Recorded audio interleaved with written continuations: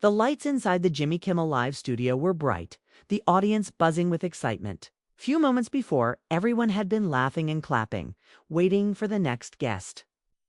The band played its usual upbeat tune as the announcer introduced a name that carried decades of weight.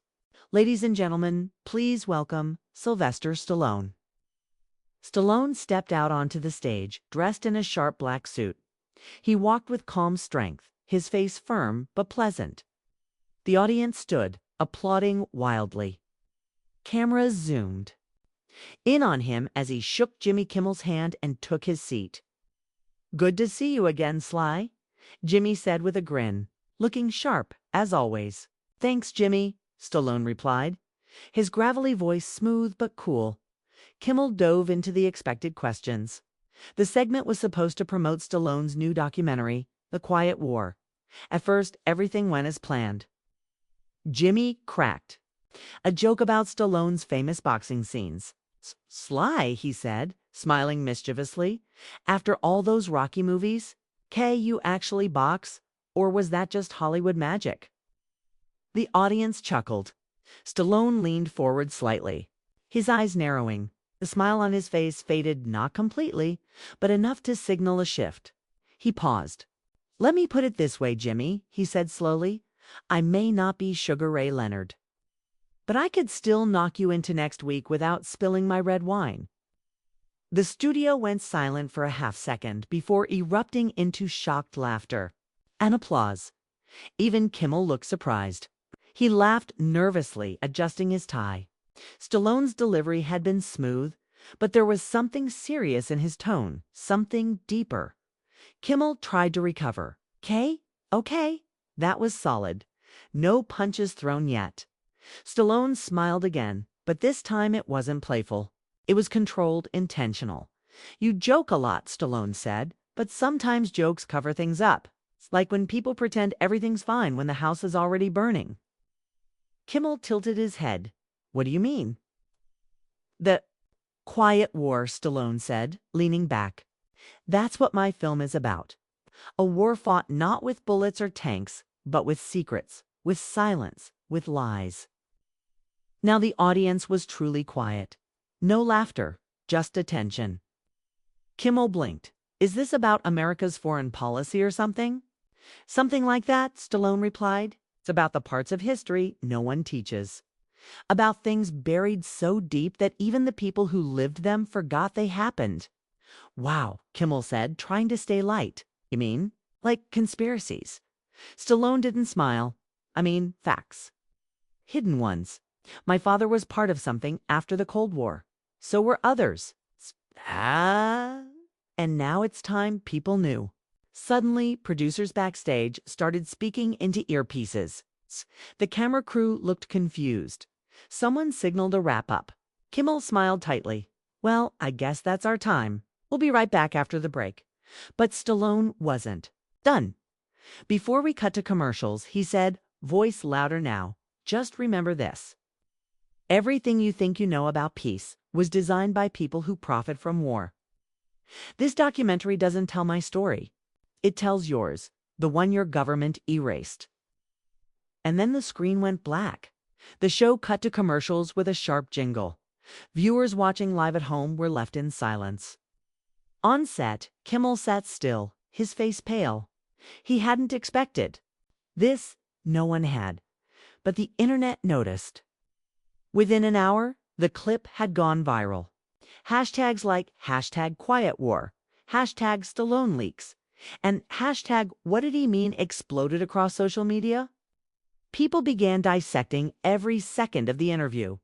Was it real? Was it a stunt? On Reddit, a user posted a screen grab from the documentary teaser shown in the background during the show. Zoomed in, the image showed a blurry photograph of men in military uniforms inside a briefing room with the words, "Project Sentinel Echo," faintly visible on a chalkboard. Reporters scrambled to get in touch with Stallone's team, but his publicist refused all calls.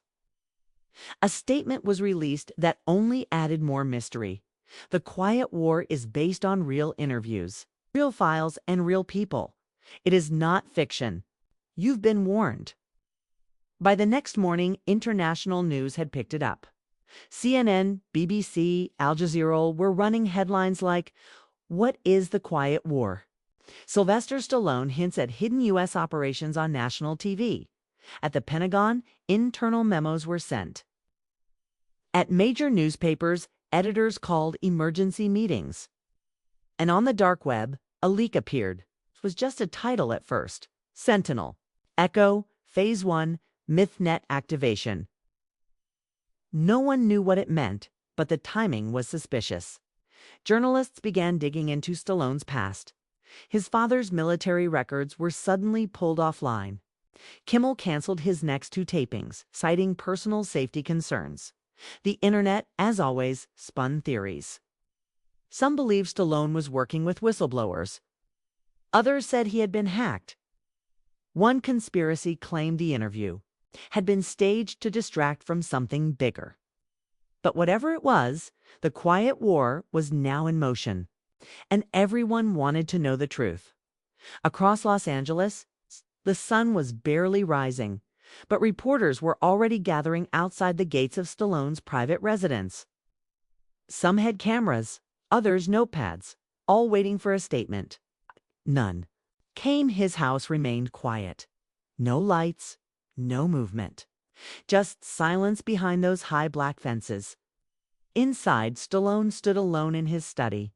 He was watching the clip again, his own face on screen, his voice calm but sharp, cutting through. The small talk, not with weapons, but with lies. He had said it clearly. Too clearly. On his desk, a thick folder lay open. Inside were documents marked declassified -1986. Photos, maps, transcripts. An old black and white image showed three men in suits shaking hands in a desert location. A fourth man stood apart from them, his father. Younger then, wearing a military badge with the words Echo Team. Stallone closed the folder slowly. His phone buzzed. Unknown number. He stared at it, then answered. Sylvester said. A deep, accented voice. You weren't supposed to say it. Not yet. Stallone didn't respond. You forced the clock to move. They'll come now, Stallone said. They were always going to come. The line went dead. Halfway across the world, in a cold, low-lit room in Berlin. Intelligence analysts were watching the interview again, frame by frame. One paused on Stallone's cufflinks, zoomed in, ran facial analysis. The lead officer, a woman in her 50s, turned to her team. He's signaling, she said. Look left hand, E symbol. Right hand, O echo. That was intentional. What is the quiet war? One analyst asked. She replied coldly. It's the war none of us are allowed to talk about. In Washington, the White House press room was packed. The president's press secretary, Robin Vance, stepped up to the podium. Her face was tight, words rehearsed. We want to make it absolutely clear, she began. Mr. Stallone's comments last night were his own. The U.S. government has no knowledge of any project called the Quiet War. Nor do we acknowledge the existence of any covert operations referenced in his film. Thank you. But a journalist shouted out before she could leave. What about Project Sentinel Echo? Is that real? Robin paused only for a second, but the camera caught it. That second was enough. Later that day, a second video surfaced, one that wasn't supposed to exist. Grainy, shaky footage of a military convoy in a Middle Eastern city. The year time-stamped in the corner, 1991. A man steps out of a truck, his face hidden under a helmet. The audio crackles.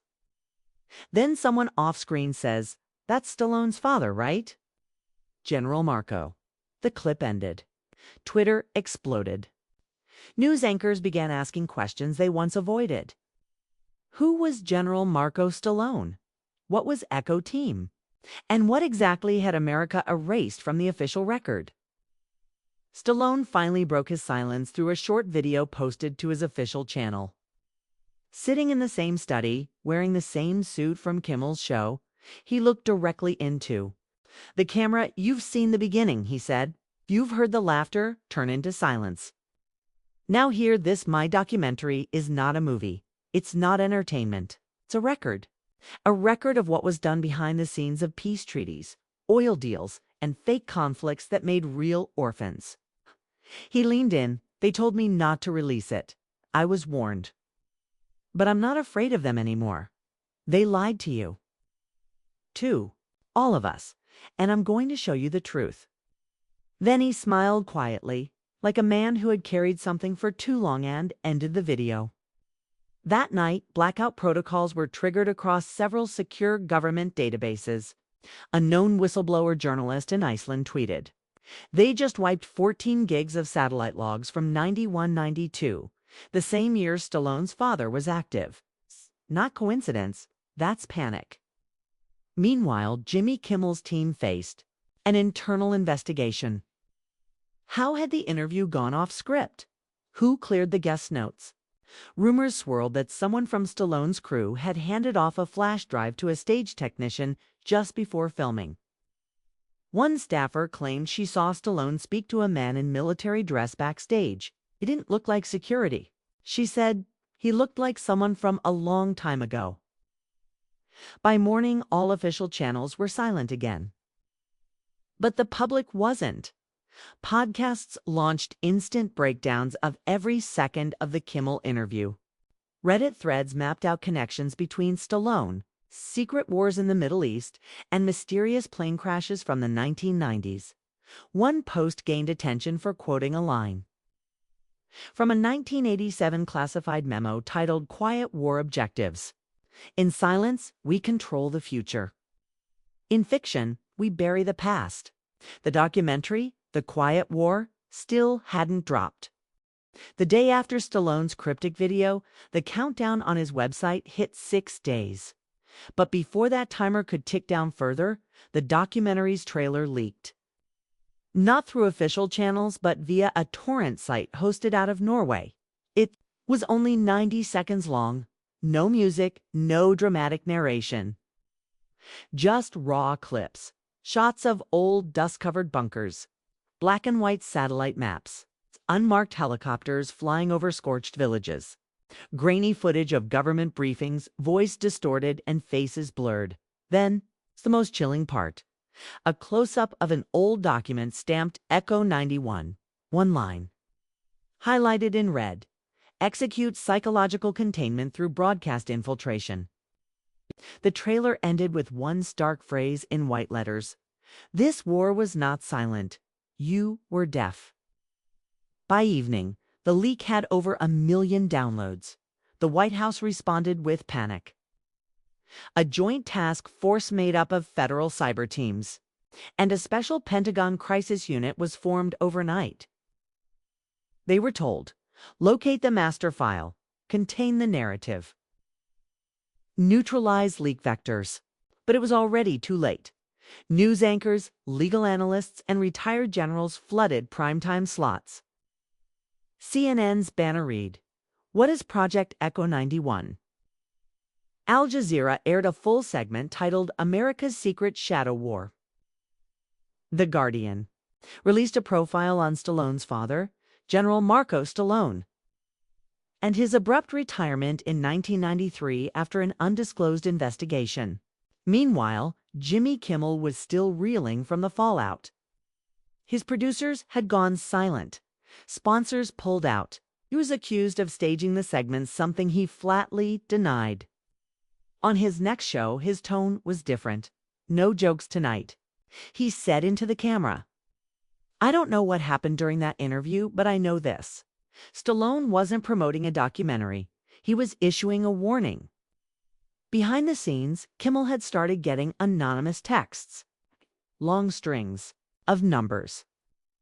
GPS coordinates. Military code words he didn't understand. He handed everything over to a former intelligence analyst turned journalist, Tara Vance. She had been investigating secret U.S. operations since the early 2000s and had once been blacklisted from 3 major networks. When she decoded the first string of numbers, her face went pale.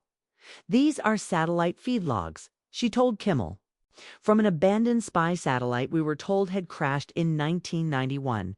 Why would he send them to me? Kimmel asked. Because you're the only one who can prove the footage is real. You broadcasted him live. Tara and Kimmel went to an independent lab. They had one goal: verify the authenticity of what was in the trailer and, more importantly, the footage behind it. What they found shocked them.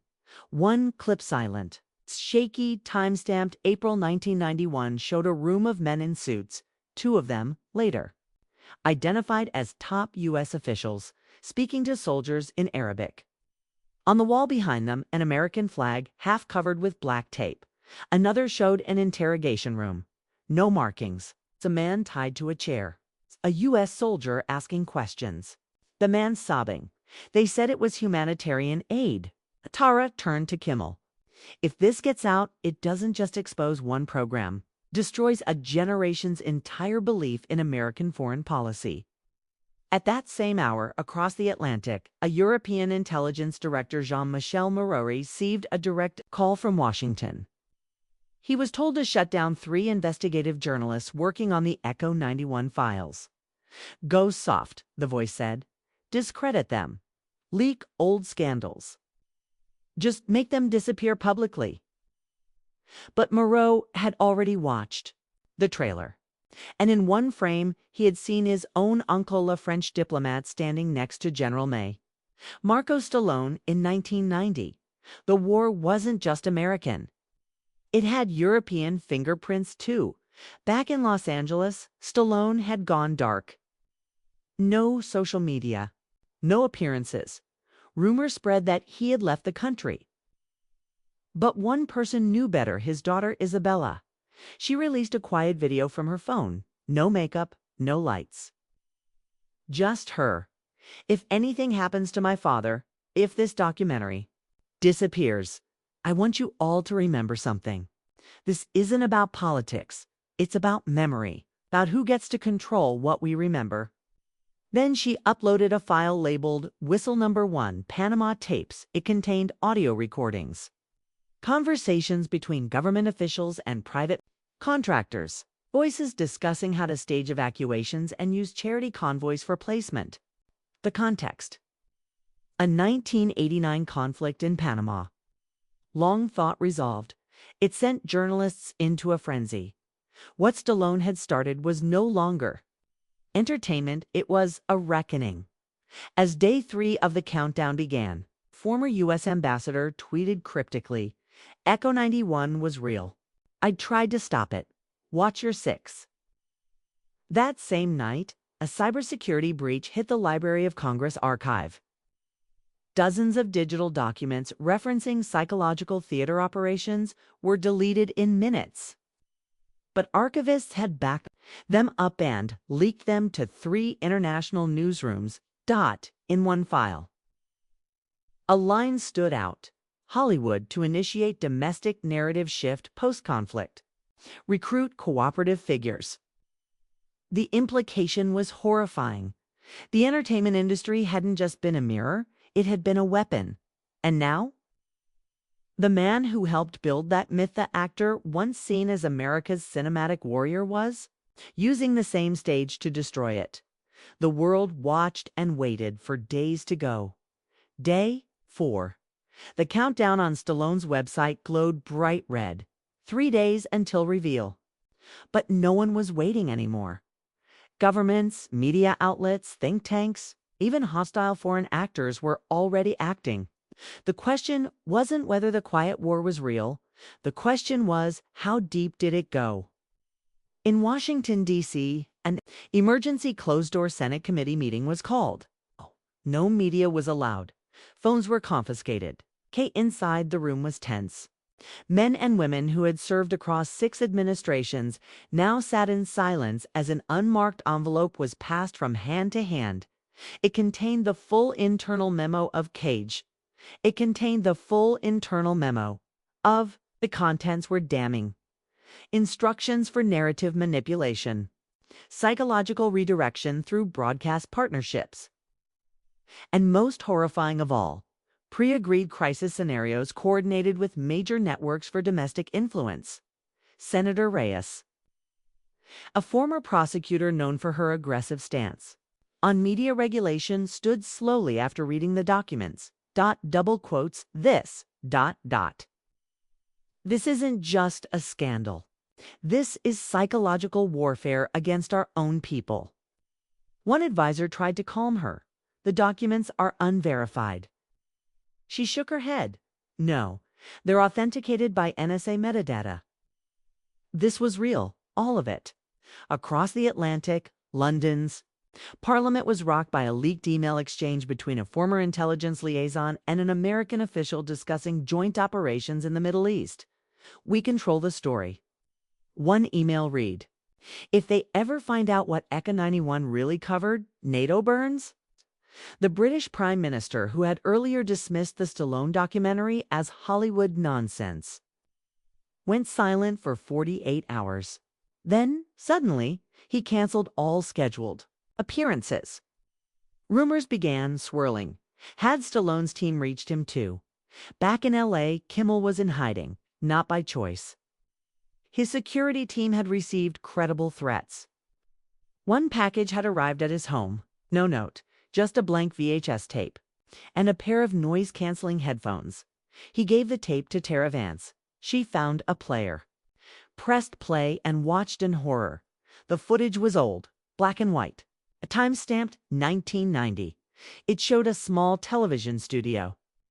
A group of people were rehearsing a fake crisis, broadcast scripted lines, edited visuals, staged emergency audio. On the bottom of the screen, training feed Operation Oracle. Tara paused the video. "Echo 91 isn't just about foreign lies," she whispered. "They practiced lying to us." Kimmel, pale and silent, finally spoke. "I joked with Stallone on air. I laughed. And he used that moment to bring this into the light." Then he asked, "Why me?" Tara didn't answer. She was staring at the screen, rewinding the VHS again and again. Watching one man in the rehearsal footage, standing behind the cameras, giving quiet instructions. Her eyes narrowed. "That's him," she said. "That's director Lowell Crane." Kimmel blinked. "The Hollywood director." Tara nodded. "He disappeared in '93. They said he drowned." The video showed otherwise. Crane was alive in the '90s and working for the Pentagon. Meanwhile, Stallone remained unseen, but not silent. His team released another teaser voice note. "For 30 years, they fed you stories. I told them with a script. Now I'm done with fiction." This second teaser was only 13 seconds, but it triggered chaos. Suddenly, news anchors began resigning. A Pulitzer-winning journalist admitted on air that 3 of his foreign stories in the 2000s were enhanced under military directive. A former late-night host posted a cryptic thread on X. The 2003 blackout wasn't a grid failure. Was a media reset? Asked the FCC. Social media exploded. Hashtags like #TheQuietWar, #Echo 91 Files, and #What Did You Watch? Trended globally. Then something stranger happened. Netflix removed 3 documentaries from its library. No explanation. Just gone. Reddit users noticed all 3 had been produced by a now-defunct company called Firelight Media Holdings, whose board once included retired intelligence officers. Back in Europe, Jean-Michel Moreau had resisted pressure to silence. Journalists gave a live statement. He confirmed that France had cooperated with Echo 91 during the Gulf War in exchange for oil flow assurances. Our intelligence services permitted narrative masking within public broadcasts. We placed actors. We fed stories. It is time we admit it. The confession rocked the continent. Markets dipped. Protests began outside media houses. Yet the most unnerving development came not from politics, but from tech. The world was on edge. News outlets had shifted from ridicule to panic. Governments issued vague warnings. Media pundits speculated endlessly. But none of it stopped what was coming. In the heart of Washington, deep inside an underground cybersecurity center, 3 blinking red dots on a map indicated unauthorized satellite pings coming from what intelligence called an unknown independent uplink. The source: Mirrorline.no IP trace. No DNS, just one signal, pulsing from Stallone's backup system activated by his daughter Isabella and journalist Tara Vance. They weren't waiting anymore. They were preparing for war. Countdown: 48 hours. The display on the screen read, but Mirrorline had a failsafe dotted 0 hour.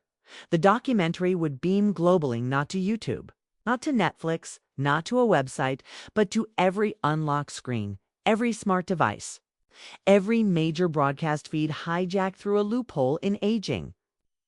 Emergency signal protocols. A. One-time event. Unstoppable. But not everyone was watching passively in a secure hangar outside Langley. CIA Director Marla Krantz reviewed a debriefing. Her face was stone cold. He wasn't acting alone. "Who?" asked her aide. "Stallone," she said. "He's the face, the legacy." But he had help. Someone gave him access to Echo 91 sealed files. "Someone from us." Her aide hesitated. "We think it's Lowell Crane." Krantz closed her eyes. Crane had disappeared over 30 years ago. No funeral, no paper trail. Just a closed casket and a Pentagon statement. Died in service. Crane was alive. And now he was broadcasting again. Krantz turned to her task force. "Find Stallone. I don't care if you have to burn half of LA to smoke him out."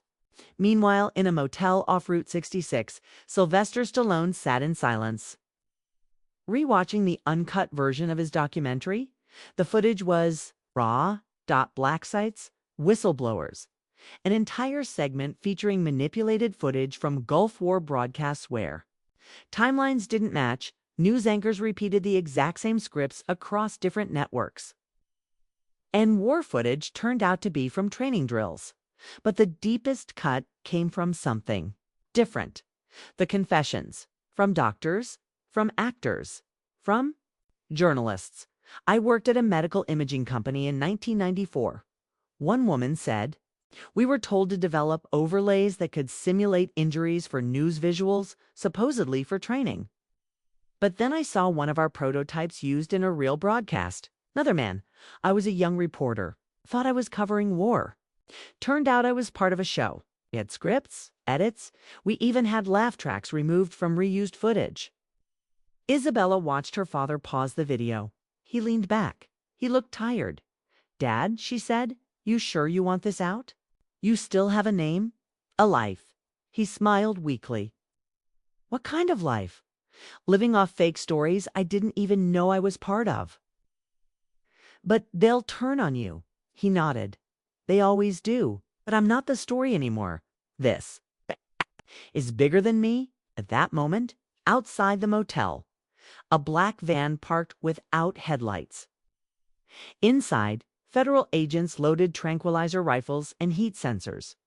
Target confirmed inside. One of them whispered, "Move silent." Inside, Tara Vance was on a burner phone. "They've started hunting," she told Isabella. "Mirrorline has 36 hours. We need to upload a backup node from a different continent." Stallone didn't flinch. "Let them come," he said. But as the agents moved in, something unexpected happened. There comes dropped, jammed, a drone the size of a suitcase. It hovered above the motel's roof. One of Mirrorline's security measures. Inside the van. The lead agent's screen scrambled and went black. "We just got fried," he muttered. "They knew we were coming." Suddenly, Stallone, Isabella, and Tara exited out a side door. They moved through the back alley and disappeared into a waiting black sedan. Gone before anyone could fire a shot by morning. Mirrorline's countdown hit 24 hours. In Moscow, a former FSB agent released an open letter on an encrypted forum. He confirmed a Cold War operation that mirrored Echo 91. It was called Prism Voice Rush's answer to America's media. Programming: But what shocked the world was his claim that the two agencies had shared techniques and scripts during the 90s. There was no Cold War, he wrote. There was a cold performance. This broke the world. Global leaders began distancing themselves from decades of controlled history. Conspiracy theories, once relegated to fringe platforms, were now discussed openly by diplomats. The Pope made a rare evening address from Vatican City. He said only this: "If what we're about to see is true, then our children were raised in shadows." In Beijing, the Chinese Communist Party released a contradictory statement. They called the Quiet War an elaborate Western ruse to incite social rebellion. But they also shut down all incoming Western media traffic and deployed internal information officers to retrain domestic broadcasters. The world was no longer waiting, it was bracing. In LA, Stallone and his team now hid in a server farm deep in the Mojave Desert, one of the last places where raw uplinks could override traditional network gateways. The final edits were done. Tara Vance whispered into the camera for Miraline's opening broadcast. She spoke directly to the people.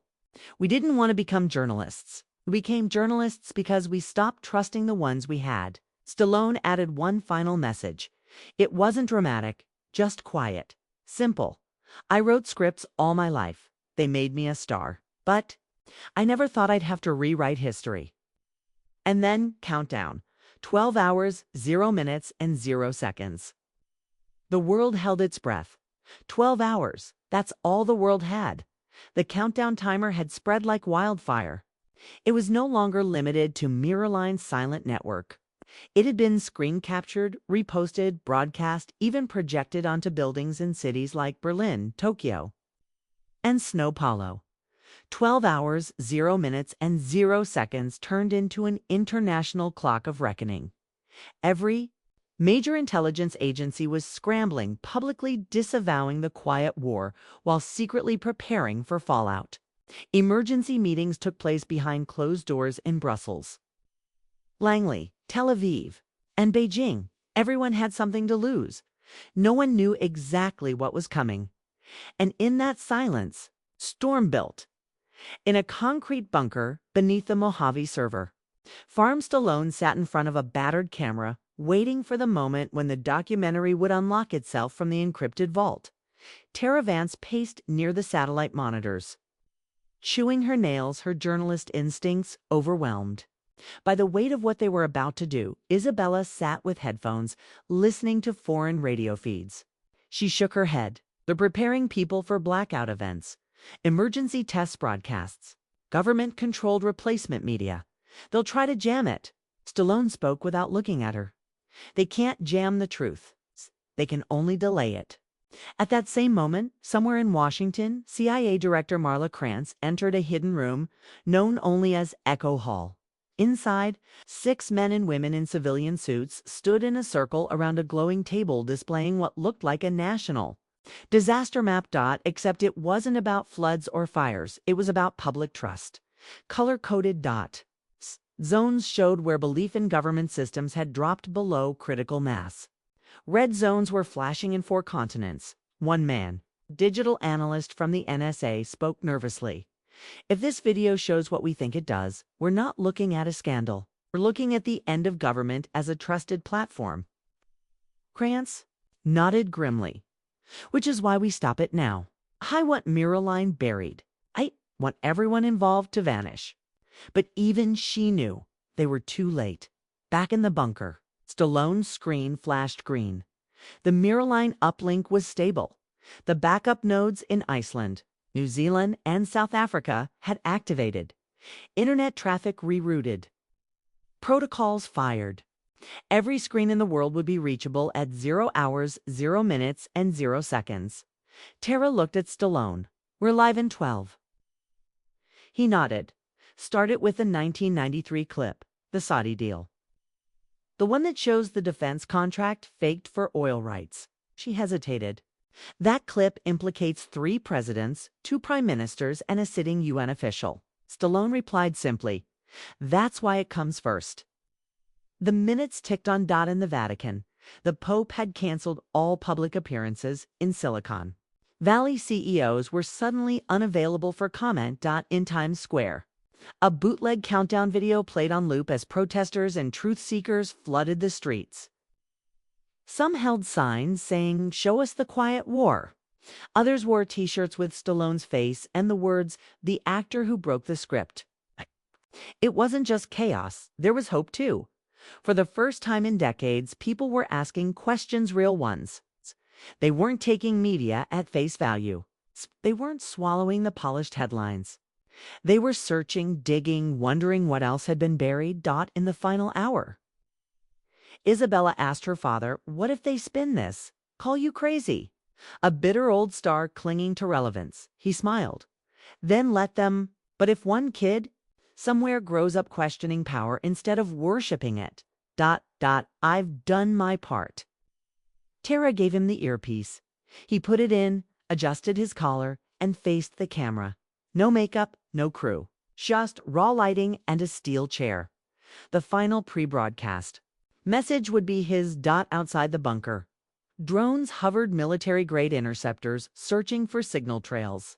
They buzzed like angry hornets, unable to locate the true source. Inside, the system locked into place. Tara counted down, 10, 9. 8.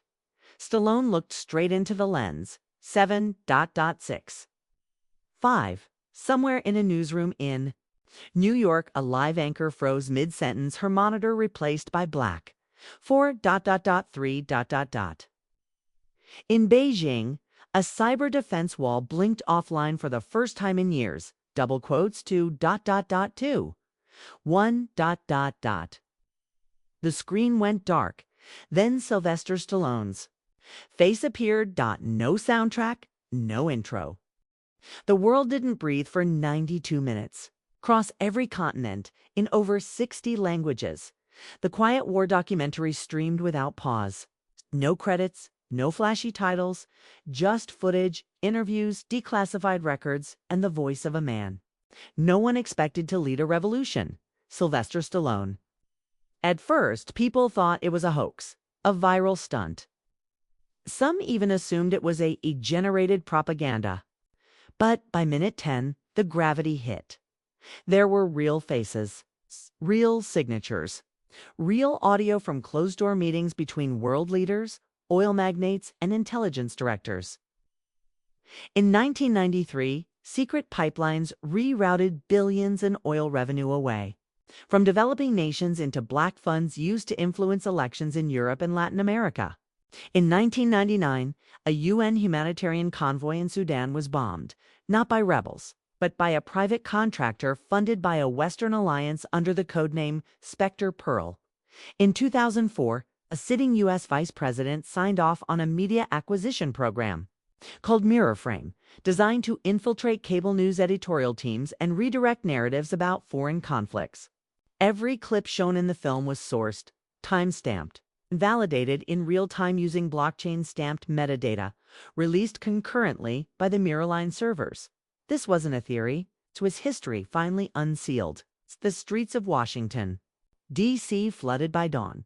But there were no riots, no looting, only silence. Protesters stood still, eyes fixed on projection screens. One sign read, "If this is the truth, what was everything else?" Inside the White House, President Marissa Hale faced a decision no American leader ever had before. Her chief of staff placed a resignation letter on her desk. "We knew pieces," he whispered. "But not like this." She nodded, her face unreadable. There's a difference between failing the people and lying to them. Half a world away in a cold Munich office, former German Chancellor Erich Bowman, whose handwritten notes had been revealed in Stallone's film, suffered a massive stroke. He died before sunrise. By 7 a.m. Eastern Time, #The Quiet War trended. In 118 countries, newsrooms panicked. Hers abandoned teleprompters. Late-night hosts issued apologies. Hollywood elites, some shown in secret meetings funding political cover-ups, deleted social media accounts in waves. Stallone himself, he disappeared. The feed ended just as it had started, quietly. No curtain call, no credits. Just a black screen. With the message, "What you do next." It's the rest of the story. Tara Vance, back in New York, refused all interview requests. But she leaked one final message, a snippet of Stallone's pre-recorded goodbye. "They'll try to twist this. Call it fiction. They'll come after you, not me. I've lived my life, but remember this. Silence is a choice. And history doesn't forgive cowards." Governments scrambled to issue statements. The UK Parliament convened an emergency session. Brazil's president announced a new commission to investigate election interference. South Africa suspended trade negotiations with the United States pending further review. And in the U.S., a congressional special committee was demanded by over 40 state governors. But perhaps the most shocking development wasn't in Washington. It was in Hollywood. A leaked email revealed a major studio had declined to produce The Quiet War years ago, calling it too paranoid, too dangerous, and too political. The irony was brutal. People now saw Stallone not as an actor, but as a messenger. In coffee shops and crowded buses, strangers whispered about him with awe. Did you know he almost quit acting in the 80s? He trained with Vietnam vets. He studied Cold War intelligence. The myth grew. But for those who had followed him closely, one truth remained clear. This wasn't about him. Never was. He had simply used his platform, the last tool they couldn't censor in time, to detonate a truth bomb heard across the earth. The aftermath would take years. Some governments collapsed, newspapers folded, others were reborn. Education. Systems rewrote their syllabi. Trust was no longer granted, it had to be earned. And in homes across the world, children began asking their parents questions those parents had never dared ask themselves. Weeks later, a small, grainy photo surfaced. Online, it showed a man, older, quieter, dressed in plain clothes, walking along a beach in Corsica, a cigar in hand, eyes to the sea. The caption read, "He told the truth, then walked away." No one could confirm if it was real, but no one wanted to. In a time where everything had been a lie, maybe the only truth that mattered was this. One man had lit the fuse. The world chose to watch it burn. And from the ashes came a new beginning.